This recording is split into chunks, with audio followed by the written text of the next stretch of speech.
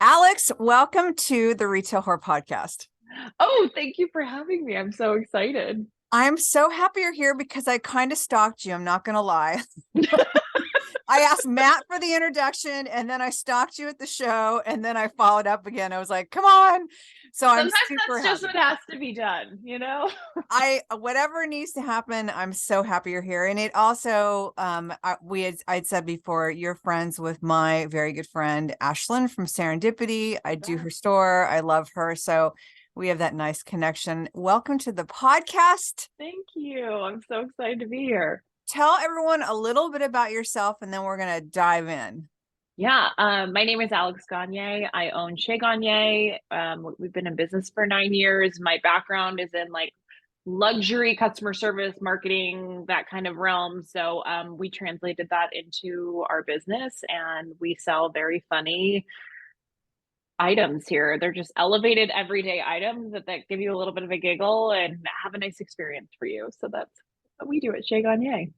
So you were in IT before, and this started out as a project to Yeah, take off stress, I'm guessing. pretty much. Yeah. And then I was like, let's just layer more on afterward. Yeah, I was running marketing for a tech company and my boss was amazing. He was like, please take a class outside of work. Like, we'll pay for it. So I Wow.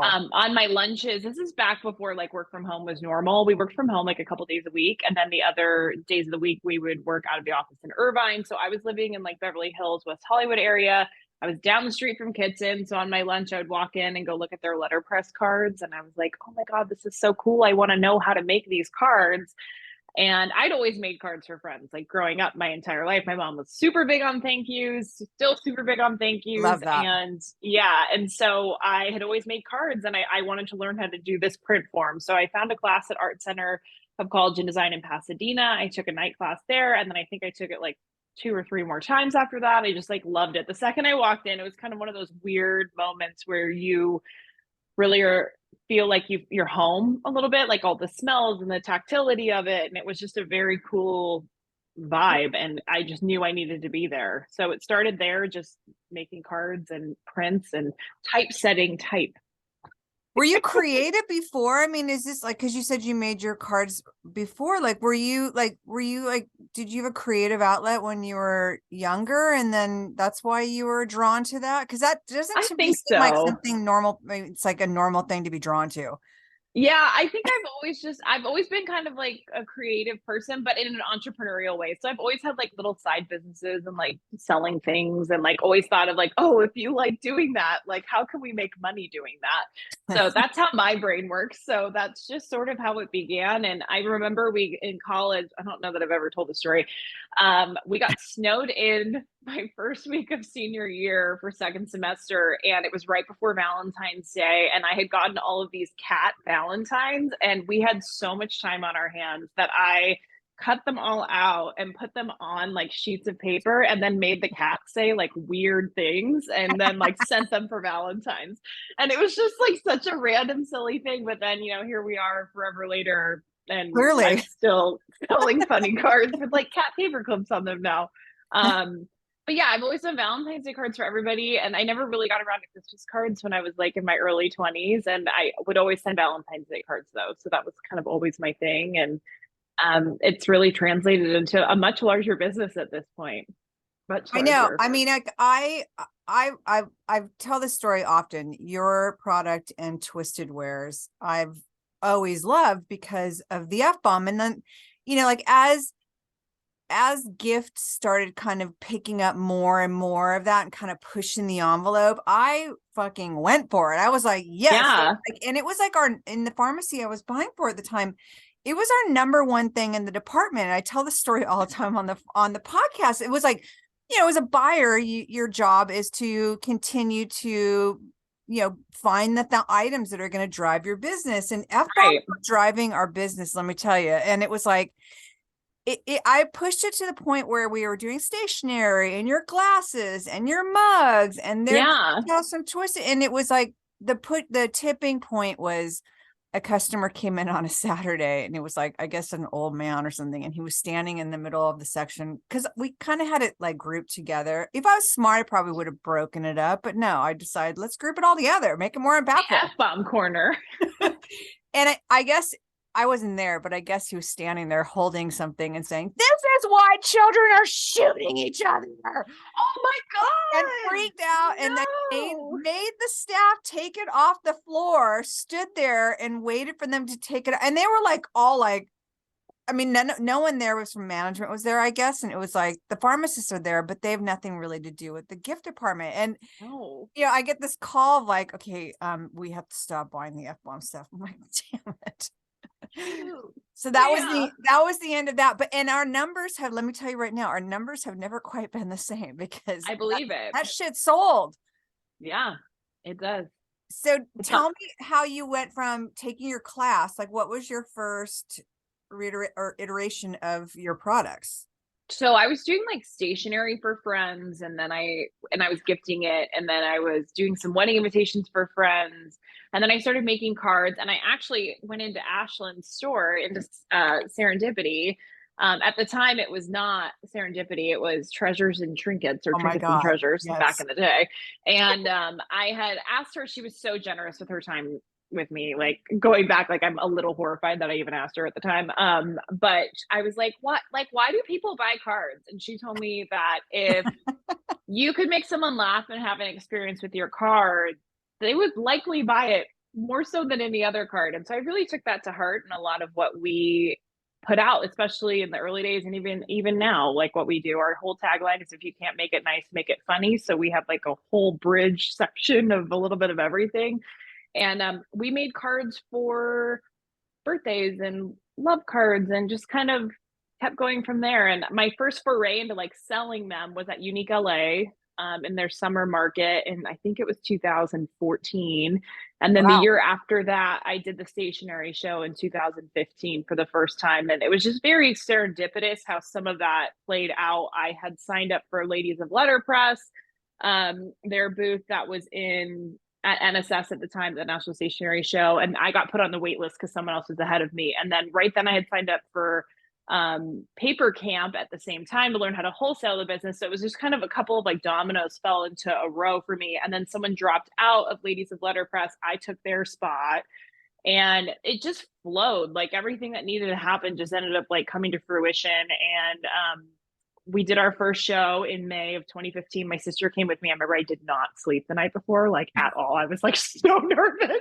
And I swear that it was like this big. Like it was like maybe like 30 inches wide. It wasn't even big at all. But I was so excited and so proud.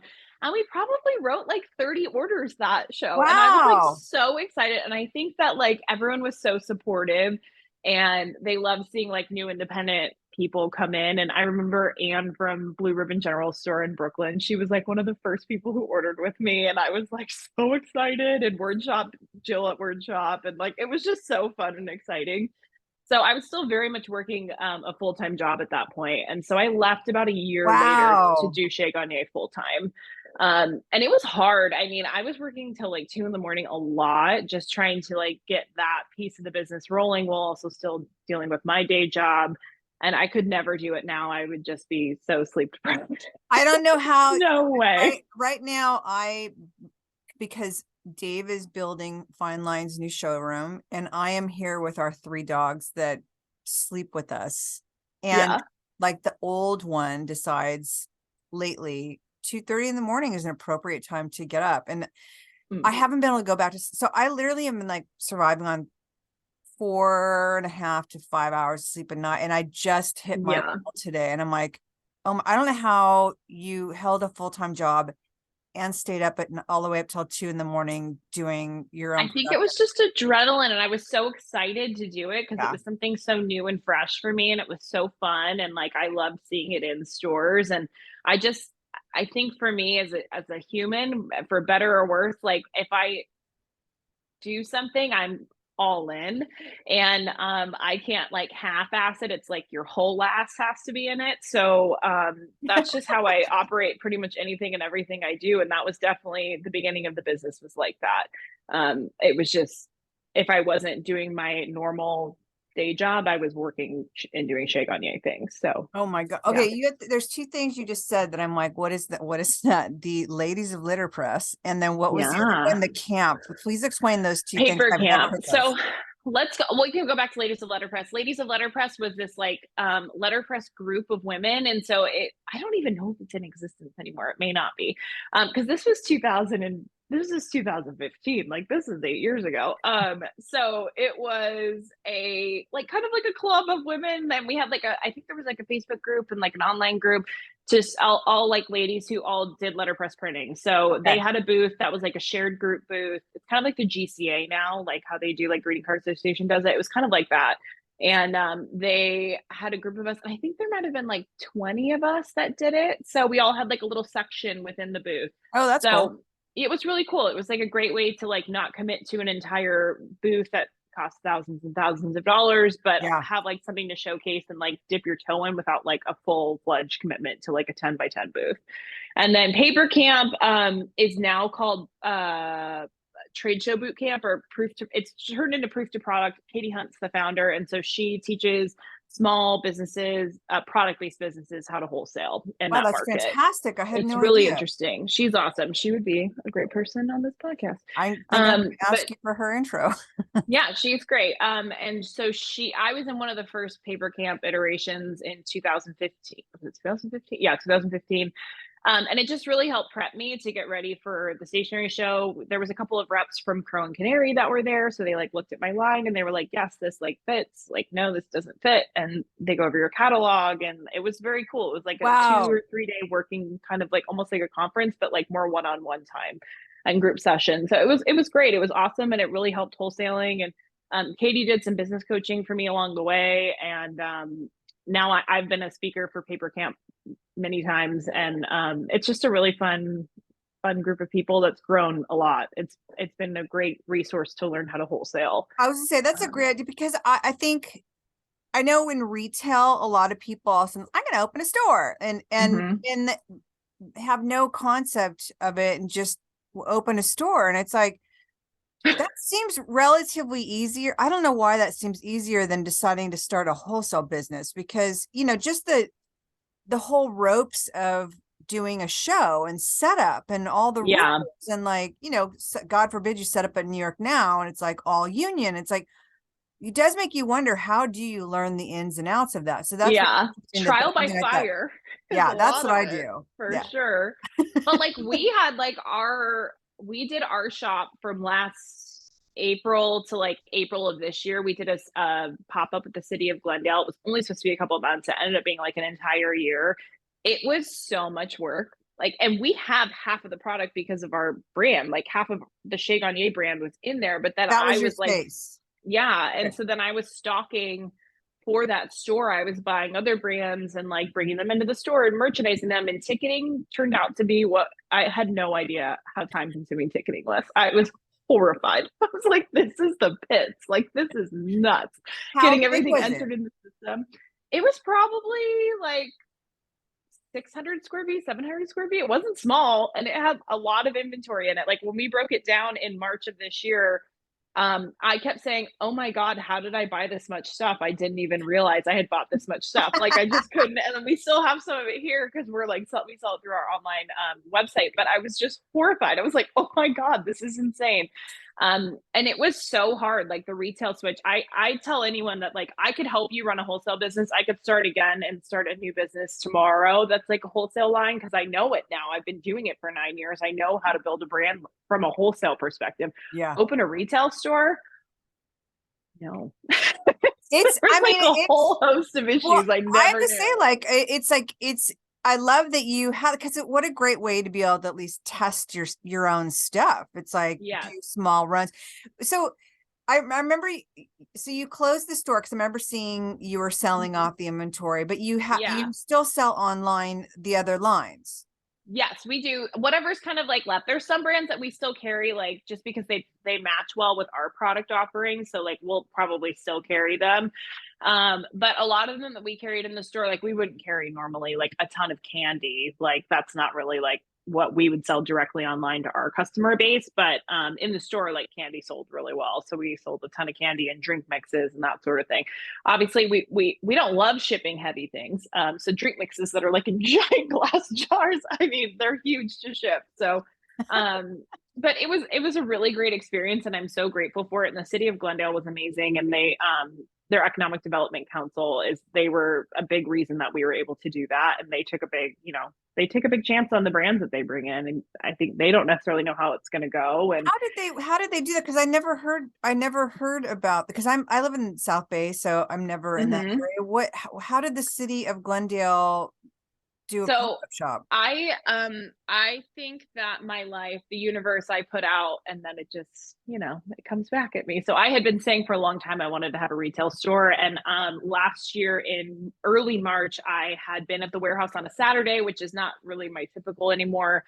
And somebody knocked on our door and they were like, "Hey, I'm here to shop." And I was like, "We're not a store, like like we're not open to the public, but you're here and I'm here, so come in." And she ended up being with the city manager for Glendale was here. I think that's who it was. And then or like the city planner. And then she worked for the city too, for their economic development council. And she was like, "Oh my gosh, have you ever thought about opening a store?" And I said, "Well, yeah, actually I have, but like, it just hasn't worked out with like COVID and all the things, like had like a baby and all the things." And she's like, "Well, we have a spot open, like you should apply for it." And I was like, "For what?" And so it was called Art Sock Creative, and it was a couple of storefronts in Glendale on this one street, and they were basically doing micro space permit grants, like right of entry permits to businesses, and allowing them to move in for like 6 months, and then they could do their business inside, and then it was to drive traffic to that area and to Wow. Glendale. So it was really cool. So there was like a robotics lab, there was a comedy store, rock and roll photography museum, and then like us, and then right after us moved in was, it's called Union Jack Tea, so they have like a tea shop Wow. there. So it's super cool. It's a really interesting project, and I think it really opened eyes to like the audience as far as like customer base for people that were there. And then for us, like it was an opportunity we would never have been able to have. I mean, we did not have to pay for the space, and for a year free Wow. rent is unbelievable. Wow, that's So amazing. I didn't realize that's how they did. Okay, wow. yeah. So it was super cool. And staffing it was an interesting experience, like just dealing with all of the ins and outs of like shoplifting. We had like a stalker and basically had to get a restraining order at one point. And I was like, "What is happening? This is like not what I signed up for." But besides like that kind of thing, it was just very cool to see all of our product in one place. Like we've never had an opportunity where we could sell every single item that I've ever envisioned in my brain in one location. And so that was very, very, very cool. And And you we got got, to merchandise it yourself the way you want it to be. I'm exactly. surprised. And my mom came to help me. My sister came to help me. My sister's been in like merchandising for a long time and worked for a lot of fashion brands. And my mom naturally is like a Martha Stewart character. So she came in and like just, it was so cool. It was just very awesome. And my dad did the full install. Like my dad is a general contractor. And so he came in and in 2 days, we flipped the entire store and made it into a store in 2 days. So we Wow. painted, did racking, tables, build out. It was unbelievable. That's It was impressive for wild. someone that's never done retail. That's Yeah. incredibly I impressive. think because we've done so many trade shows, like, Yeah. because we're so used to setting up a mini store for 3 days and then it's like over. So I think that's probably why we were able to do it. And we had all the resources for it. Like we knew who to call, and yeah, it was wild. It was very fun. Okay, I have to go back now and ask you about the retail. Two things. Yeah. Staffing when you've never staffed for a retail establishment. What Mhm. does that look like as somebody that's literally is used to having a 9 to 5 warehouse? I'm assuming that all of a sudden now you've got a retail store that has very different hours, open the weekends. Like, how do you approach that? And what were some of your challenges? We ended up pretty much having one person working the majority of the time. And then we had people who were in our warehouse who staffed our warehouse and do like QC and order packing and pulling, fill in for hours that we like needed elsewhere. We found someone who I had known, her name's Lindsay. She had been with a couple of other brands and showrooms that I knew. And so she was kind of doing a coaching business on the side, but wanted some hours. And I was like, "Well, do you want to like work the store?" and like, and then you can like do your coaching business on the other side. Cause we weren't open 7 days a week. I think we were open like 5 days a week.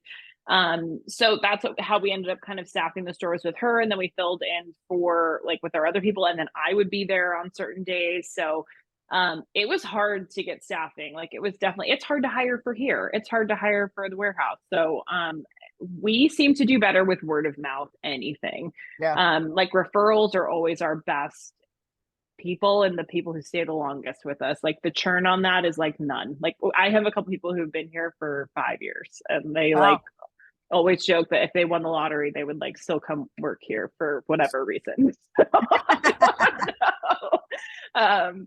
I think they like Tetrising, like putting boxes together into boxes and making I'll it admit fit. that is, there's like a certain pleasure about that. I'm not gonna lie. It's like, And those are my people. Those are the people that like work best with me for sure.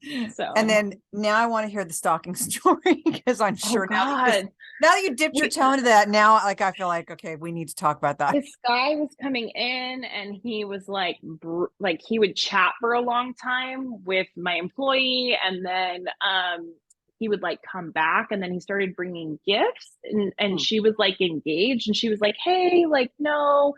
And then one day we had like another one of our guys there and he was like, who's that? Like he hadn't seen him before, and she's like, oh, he's always here, like, you know, who, I don't know who that is. And she was like, you need to leave. And it started to get really creepy. And then one day he got Oh, like very like verbal in the store. So we had to like call the Glendale Police Department, and like they had to come, we had to file a report. They're like, well, do you need a restraining order? And it was like, well, do we even know this guy's name? So we had to get like video footage. It was just, it was crazy. It was like, and I was in Italy and I got this phone call. Like, it's like the one vacation I've ever taken.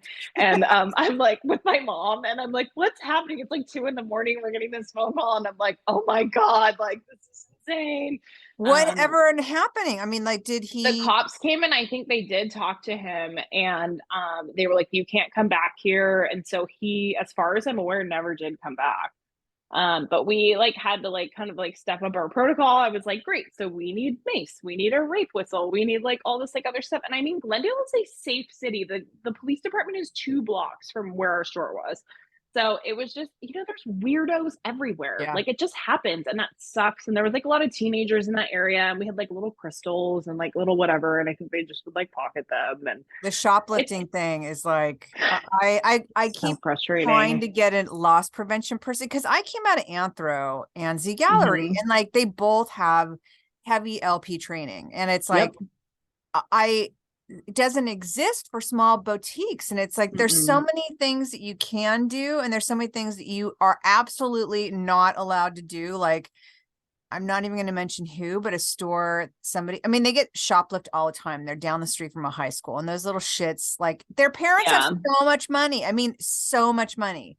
And they go in and they just shoplift for the hell of it. And it's like, they see them and, you know, they'll go up and like, you know, flat out say, do you want to hand me that, whatever you stole? But one kid Right. went out the door and someone chased after him and tripped him. Oh, I'm like, oh boy. you cannot do that. You cannot do that. And they're like, You well, gotta we let it got it go. back. I'm like, it's not about getting it back. I'm like, you know, and I don't think a lot of retailers know you can't chase somebody down, let alone you can't even put your hand on them and like, hey, excuse me, you have to come back. It's like Yeah. they will turn around, sue you, and then end up owning your store. And it's, I don't Well, think I used to retailers work for know. Nordstrom. And so we had like, you would hear on the intercom, like Lori Peters 5'2", and it was loss prevention. Like Lori Peters was always Oh, like the whole loss prevention thing. And so they had like a little jail, like did they? inside of Nordstrom. They had like a room. So like if they caught a shoplifter, they would bring them there and then the cops would come and like it was like a whole thing. Yeah.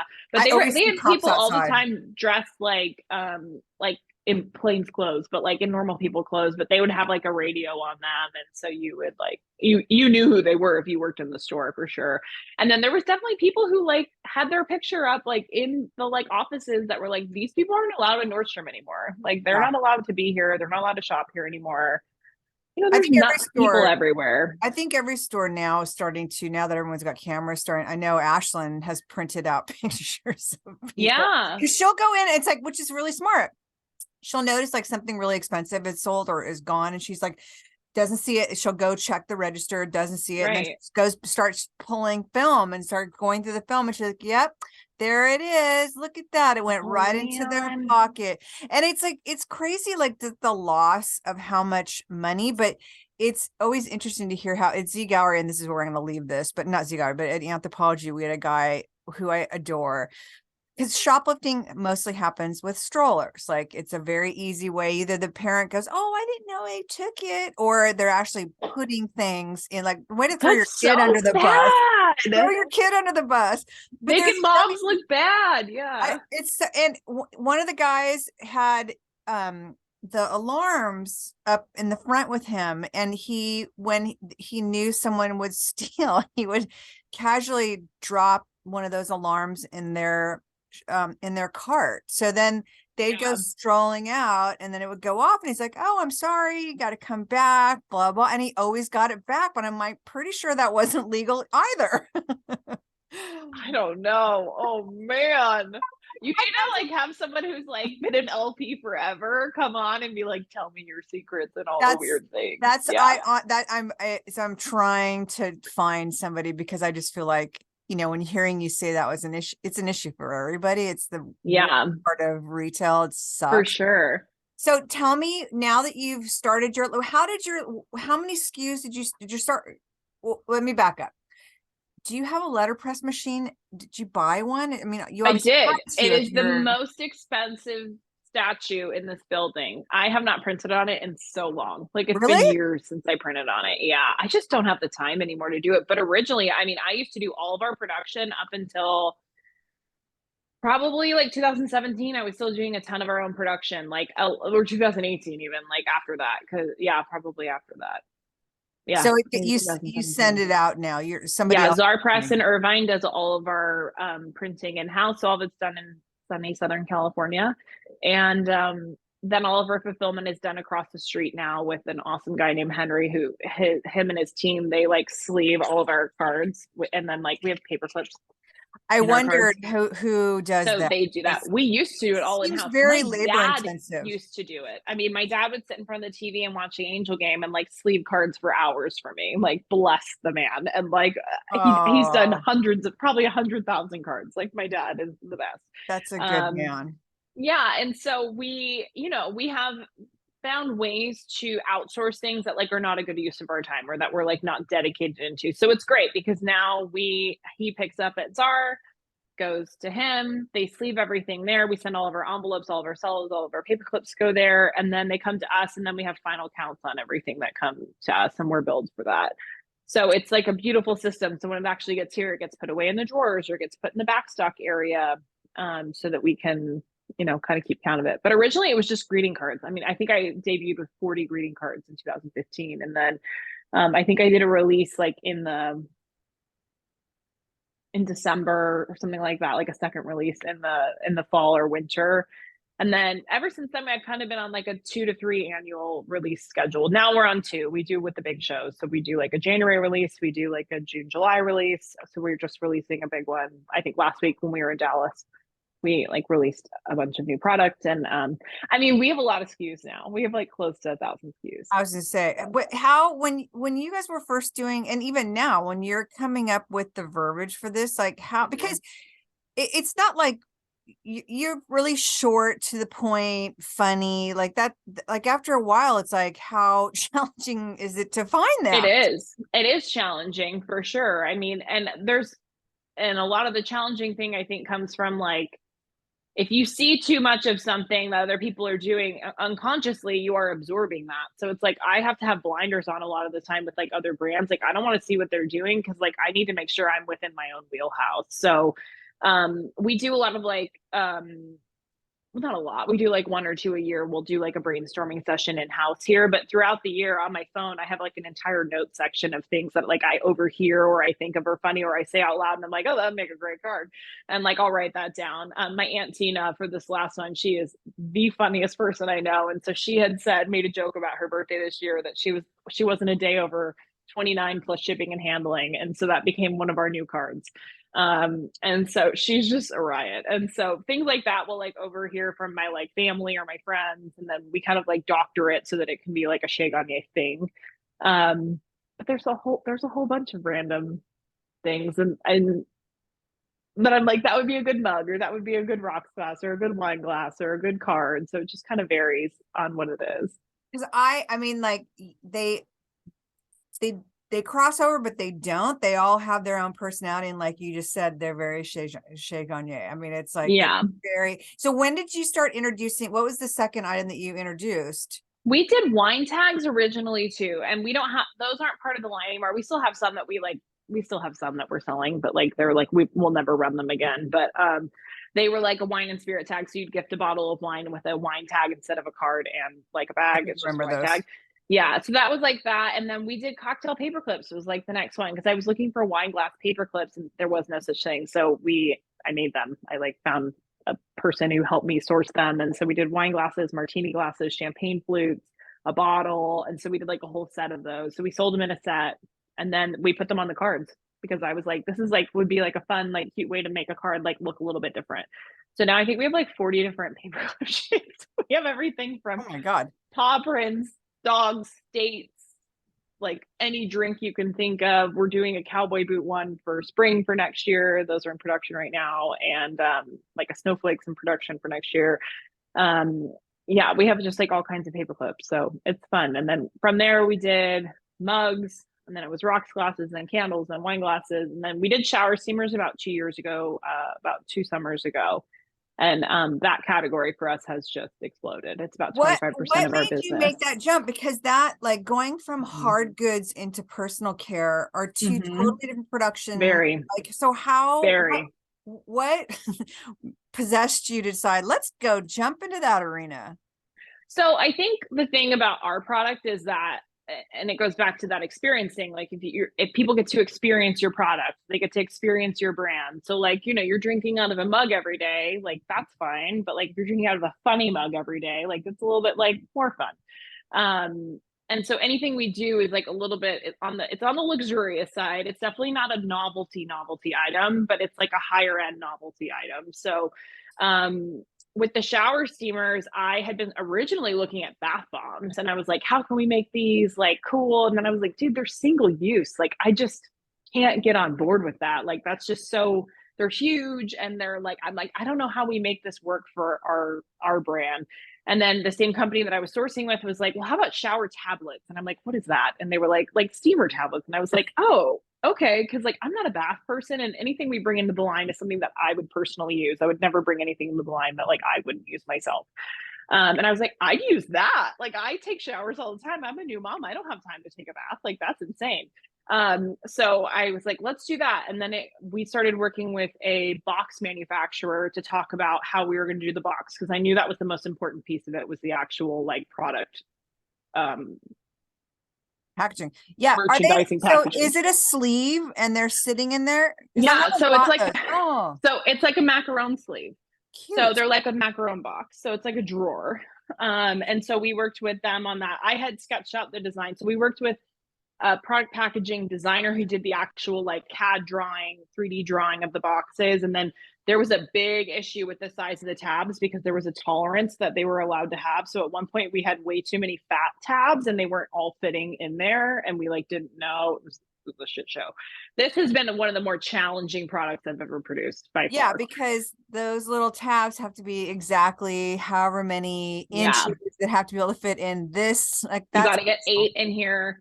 So like I had done the rough sketch of this and was like, okay, this is like what I want it to look like. And then I did all the like copy and the verbiage for all of it. And then we worked with the designer who actually like a graphics person who like made it look like a professional packaging job, not my like hand drawn, like whatever thing. And then from there, I had picked all the scents that I liked. And then we started, I think, with just 4 SKUs just to see how it went. It was an incredibly expensive gamble. Like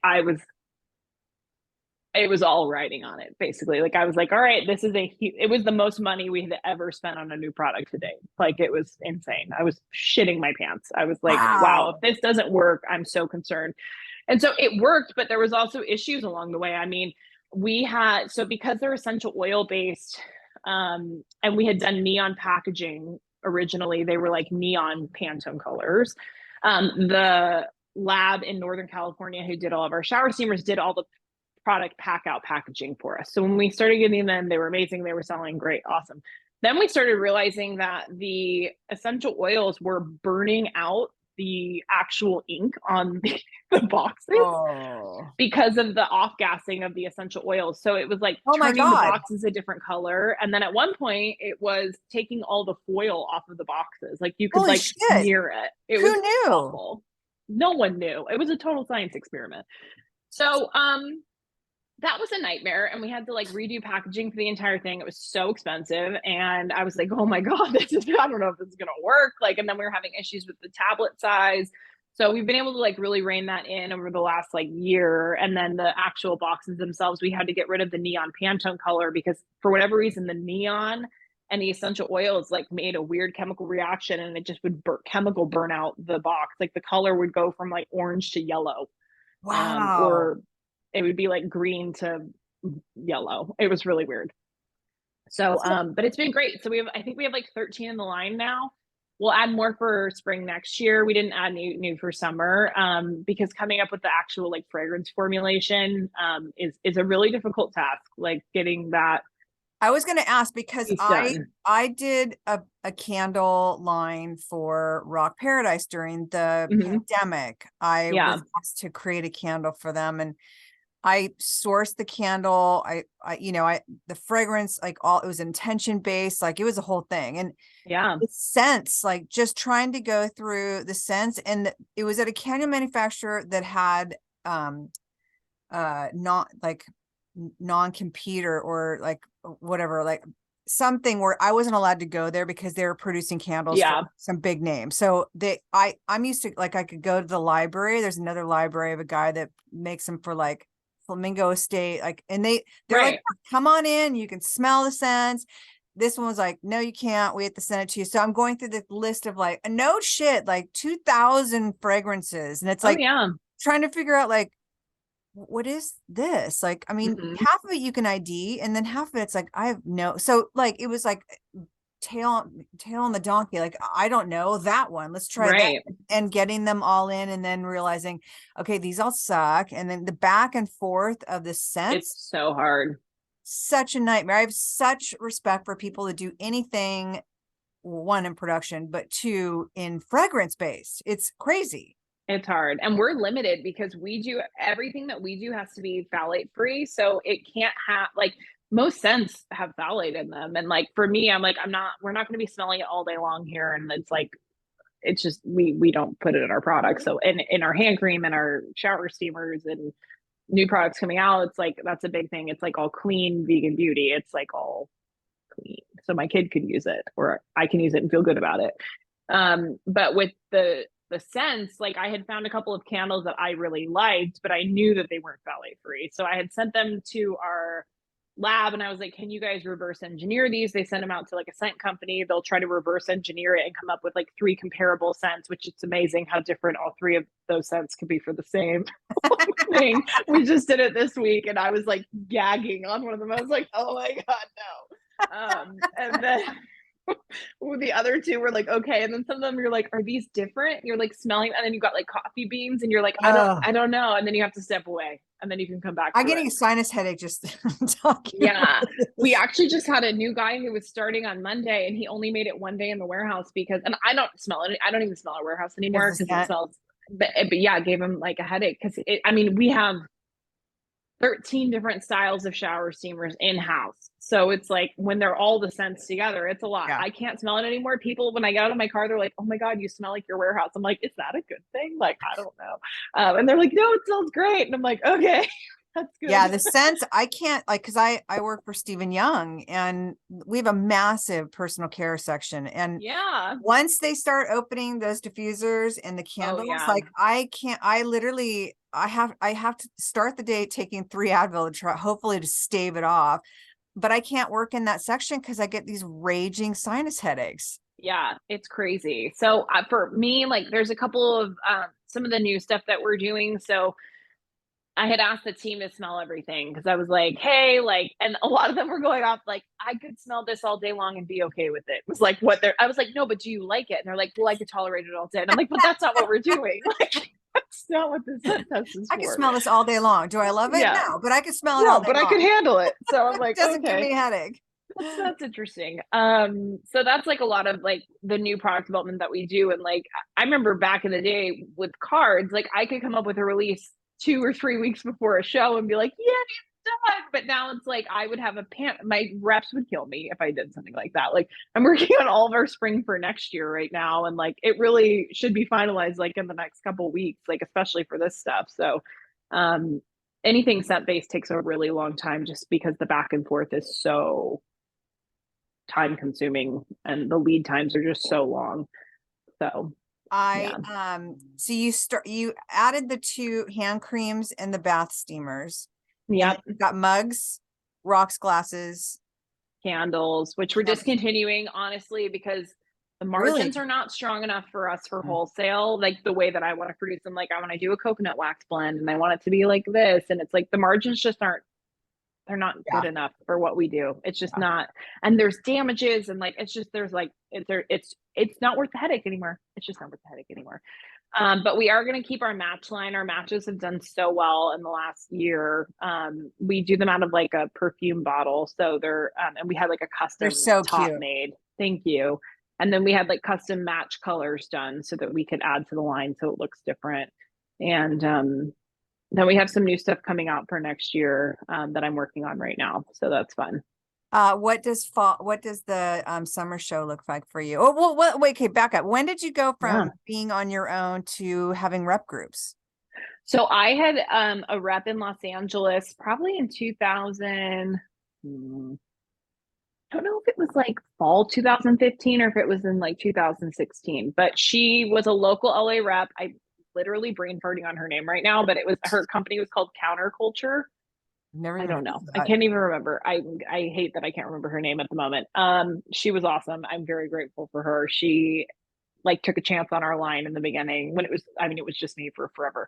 But she like helped sell it into like Burrow and a bunch of other local stores and like got like us in the door for a couple of those stores. And then we were with Lynn Mitchell group and then we went to Fine Lines and then we are with Fine Lines still and we were with Portico for a while in the South and then we switched to Daniel Richards group. So they're all throughout the South and then the Southeast. And then maybe like a month or two ago, we signed with Just Gotta Have It in the Northeast. So we're just like in a section of the Northeast with them.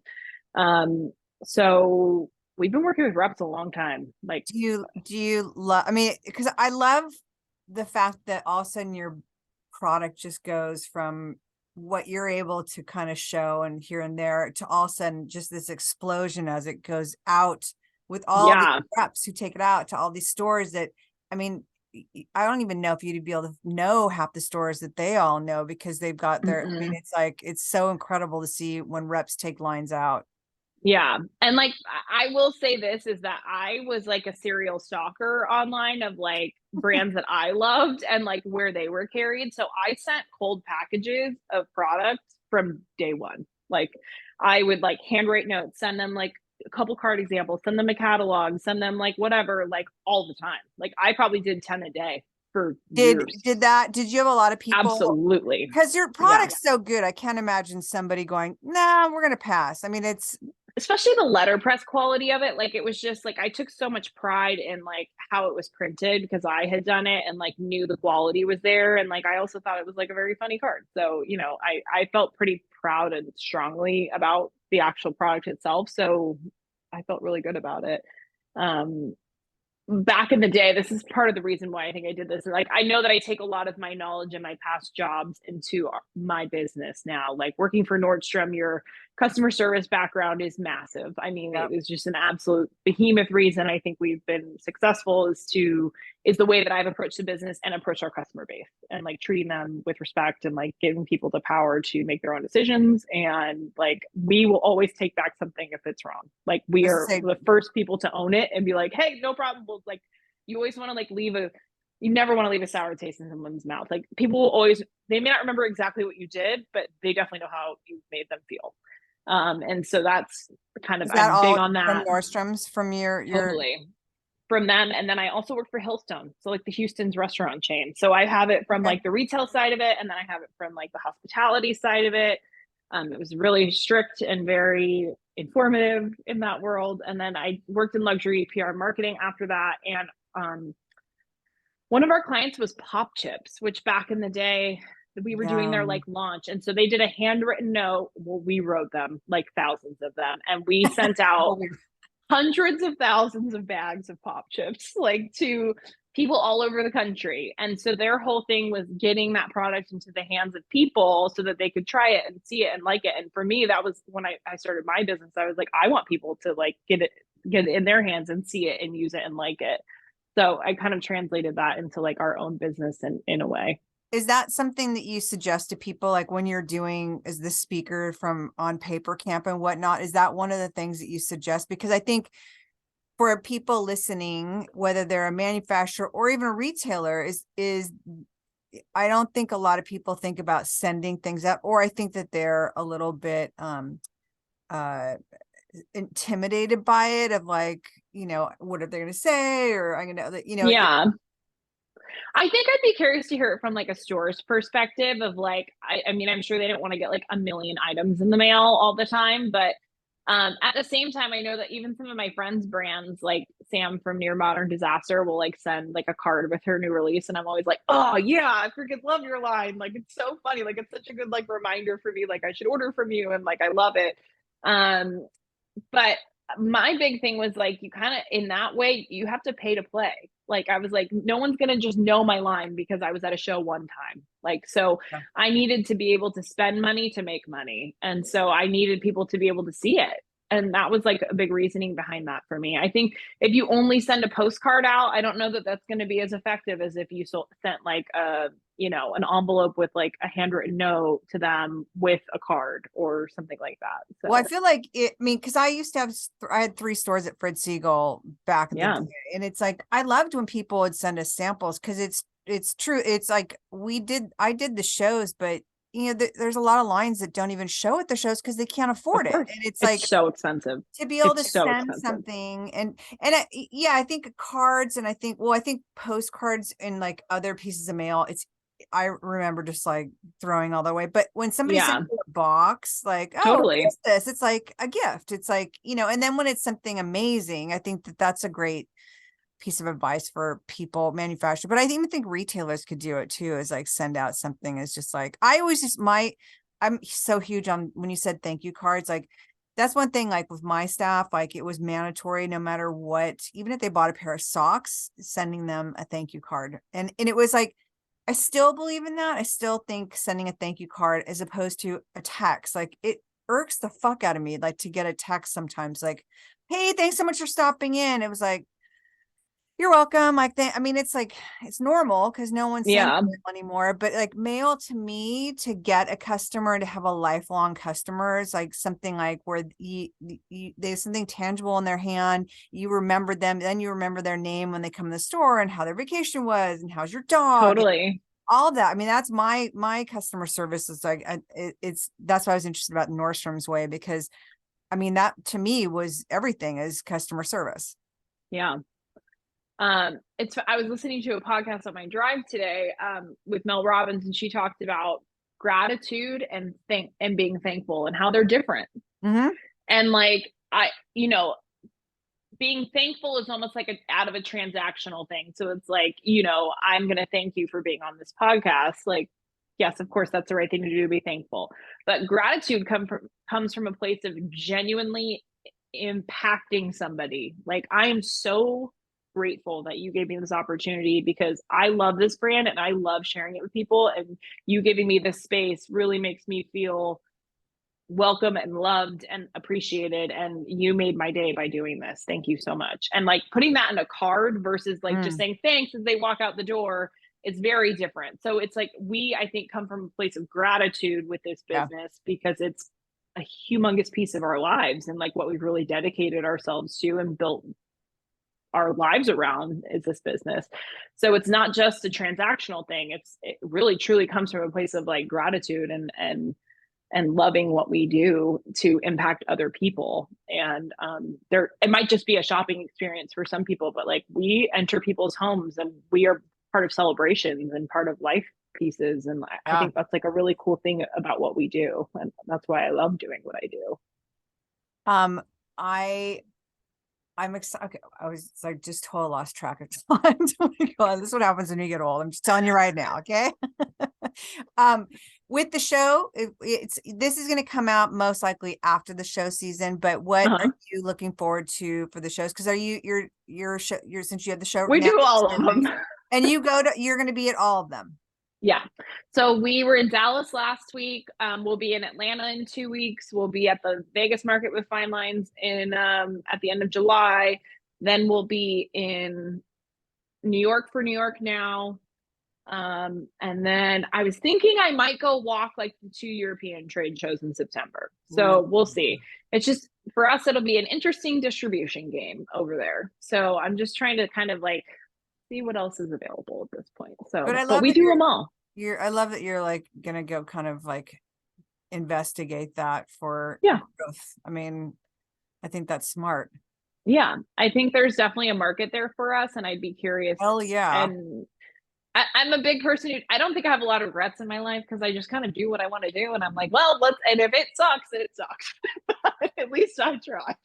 So, I love that. Like all in. yeah, your whole ass, just all of it. Yeah. So that's just kind of, I'm like, you know what, we're gonna do it. And like, of course we're gonna be tired afterward, but like we did it and we'll see how it goes. And if we need to tone it back at some point and maybe not do as many shows, that's obviously something that we can do. With our rep groups, that's not an option. We will always be there with our rep groups, but like New York Now, because we're not like in a rep showroom for that one, like that is something that we could maybe not do if we felt we didn't need to. You have a young daughter, correct? I do. Yeah, How Johnny. are you doing this traveling and production? Like, how are you? Because I used to ask everybody the question, like, how do you stay balanced? And everyone's answer was like, there is no balance. So I stopped asking it. But how do you balance young child, a husband, or a partner, and how do you your business? And you don't have the retail space anymore. It's show season. Like, how do you balance all that? It's a lot. I will tell you, it's a lot. So I'm in an interesting situation. So I am in year 2 of my divorce, which feels like it will never end, but it will. Maybe by the time this is out, it'll be over. That would be amazing. So I split custody of my daughter. So she's 3.5 and she's hysterical. Her name's Johnny. And she comes with me to work on days that she doesn't have school, but we're open. So like she was here last week with me. And then I've talked about taking her to like a show, like, and then my mom could always like watch her, but thus far she has not come to a show because she's 3.5 and she would break something like she does in my office. She drew on my velvet chairs with marker 2 weeks ago. It was really great. I loved it so much. I was thrilled.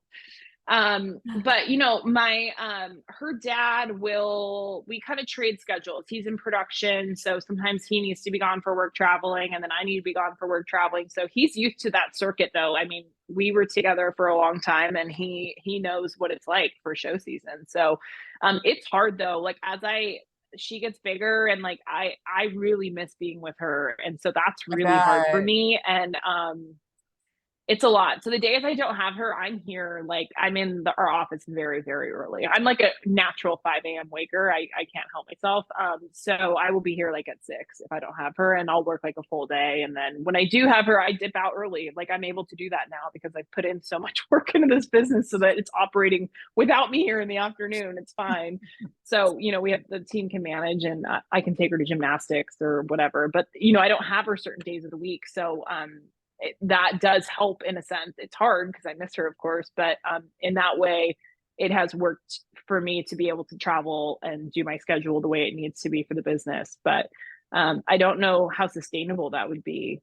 Not with my situation. I don't know how. I mean, I talk to a lot of people that they, some their kids go with them, and then some of their parents travel with them and take care of their, like, I forget my rep's name, but she has her mom, like her mom and dad come out, and her daughter Evie stays with them. Yeah. And then it's Juliana, and she will go to the show, do the show, and then go back home. And which is great to having the support, because she's a single mom as well, and right, the support of her parents. But it's like it is. I mean, if you set up your booth, so it's like it is not. And we've talked about this a lot on the podcast. It's like show season is gnarly for me because I'm in full setup, but then I'm done. Like I walk away. I don't have to pack it up. I don't have to stay and sell.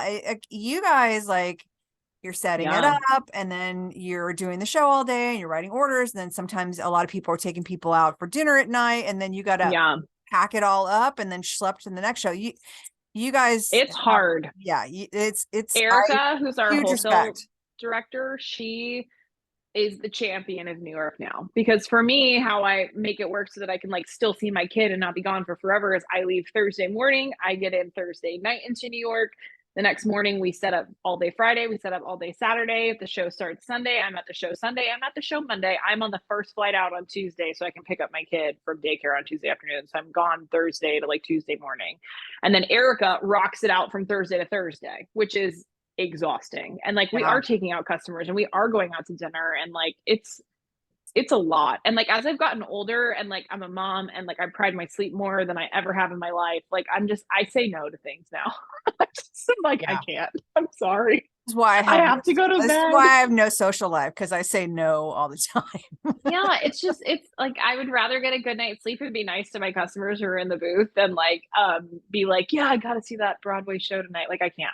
It's a no for me. It's a work trip. It's not a fun trip as much Yeah, as it used to be anymore. that's kind of my saying. It's like, I'm here to work, I'm not here to play. But when I was Yeah. younger, though, when I did the show with my old partner and my then boss, who used to take me to New York now, when it was like, that was like back in the day where it was massive, massive, massive. Yeah. And he would Both floors, like oh all my the God, things. he'd Yeah. take me in, and we'd go shop all the stores the first day, and then dinners and drinks, and then do the show. And it was like doing the show with my then boss, Michael Campbell, who owned Fred Siegel Finery, and I forget the other story or owned.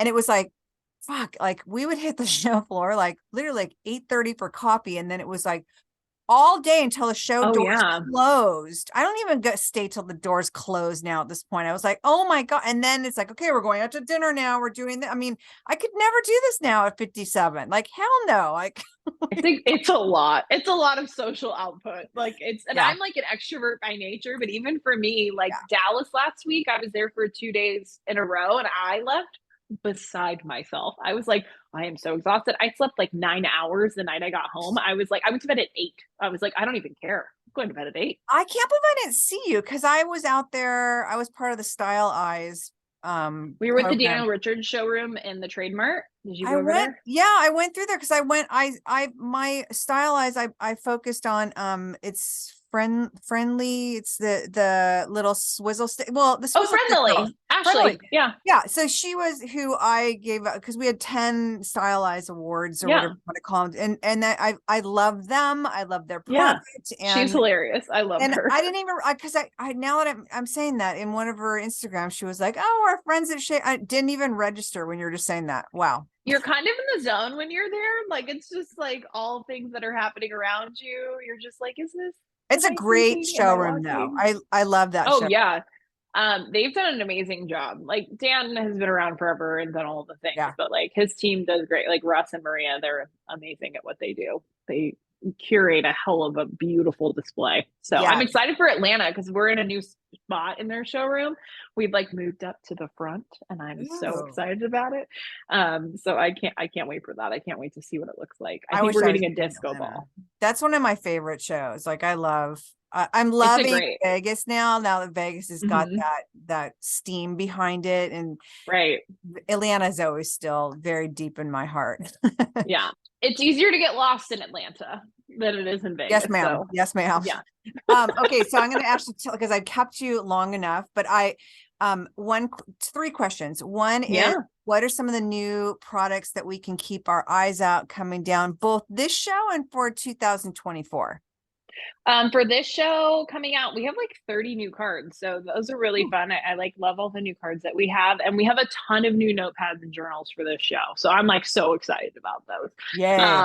So that's been really, those have been really fun. And then for new glass, we have like new wine glasses, new rocks glasses, and new mugs for this show. So my new favorite, I have 2 new favorite mugs for this show.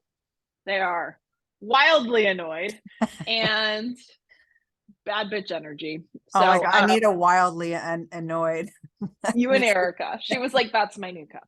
And then for 2024, we're working on like more into that like personal care, like bath space. So we're going to be doing a line of shower scrubs, that'll be coming out. I've been working on like zit patches for forever, and then like pimple patches, and then we've been looking at like adhesive bandages. I still have not found a factory with the quality that I expect for our stuff to be, so I'm still on the hunt for that right now. So maybe I love spring that next year. idea. Yeah, but it might be more like December of next year. So we'll see. Like it might be more like a winter release or for a summer release for next year. So we'll have to see. I will say this, like your line is very tight. It's well curated. It's not like, I mean, the jump from hard goods to personal care is like a stretch, but it works all so Mhm. beautifully together that it still feels so curated and so Thank you. special. And it's not a billion different fucking items. It's like, Yeah. these are our It's stuff items. that I want to use and that like I use on the regular. Like I use hand cream all the time. Like I just wanted it to be something that was like fun and hilarious and like great. And hand job is our number one selling product in the line. Oh my God, Number one. I have not seen that. Oh my Oh God. my God. Yeah, it's our hand cream. It's our the the best worst part is like my dad came up with the name. Oh my Like God, I had already hilarious. done anti-granny hands was like the one that I already had. And I was like, what are we gonna do for the other one? He's like, I have an idea, but it's terrible. I was like, okay. He said it. I was like, oh my God, that is so funny. Clearly it runs in the So, family. yeah, totally. So it worked out and yeah, we've sold I don't know thousands and thousands of tubes of it. No doubt. So I'm shocked I didn't even know that one. yeah, Um, but we're gonna delve more into that category. So it'll be like more. It'll be more shower steamers for next year. We'll have more hand cream for next year, and then we'll see. Sometimes things come to me, and I'm like, I really want to do that. And Erica's like, do we want to? Do we want to do that? do we Sure, you really, want to do do we that? really want Yeah. to do that? Okay, so the next two are the two that I always ask everybody at the end is, Yeah. where, as a creative person, where do you find inspiration?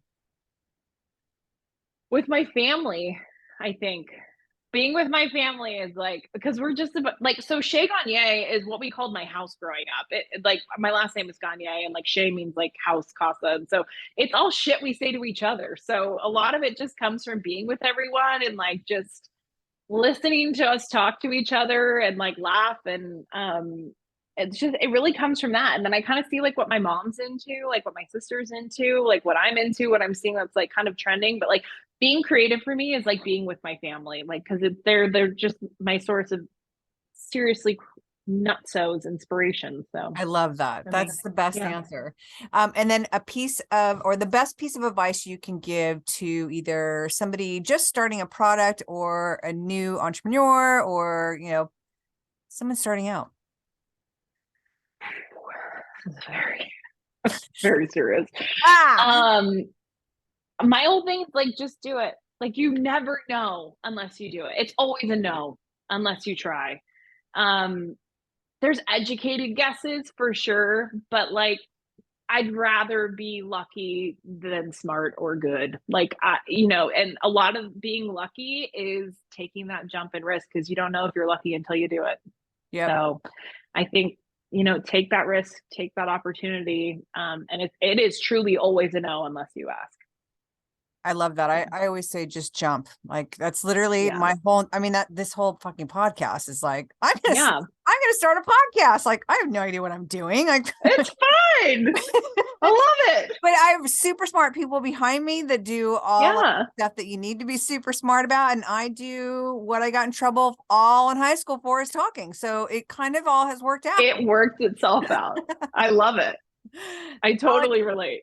thank you so much for your time at this. I'm super excited to see you at the show. So I'll see you in Thank Vegas for you. sure. Most definitely. I will be there. My sister will be there. She's Oh, working for us now. Yeah. that's excellent. We look like twinsies. So yeah. Really? Yeah. I Totally. love it. Yeah. Thank Thank you. you so much for having me on. This was very cool and such a fun experience. And I'm really psyched to have Thank been here. you.